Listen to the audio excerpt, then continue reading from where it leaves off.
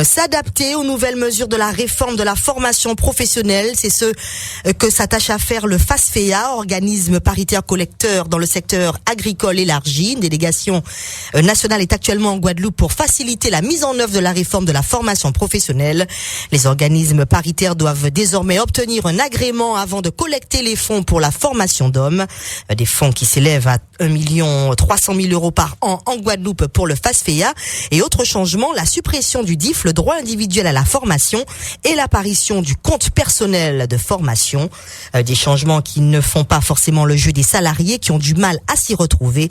Selon Jérôme Despé, président national du FASFEA, il est au micro de Méven Lemoigne. Ça amène un peu de l'incertitude. D'abord dans les entreprises, dans les orientations donc de la formation professionnelle, où on sent un ralentissement de l'offre donc de formation apportée aux salariés des entreprises adhérentes donc au niveau donc du FAFCA.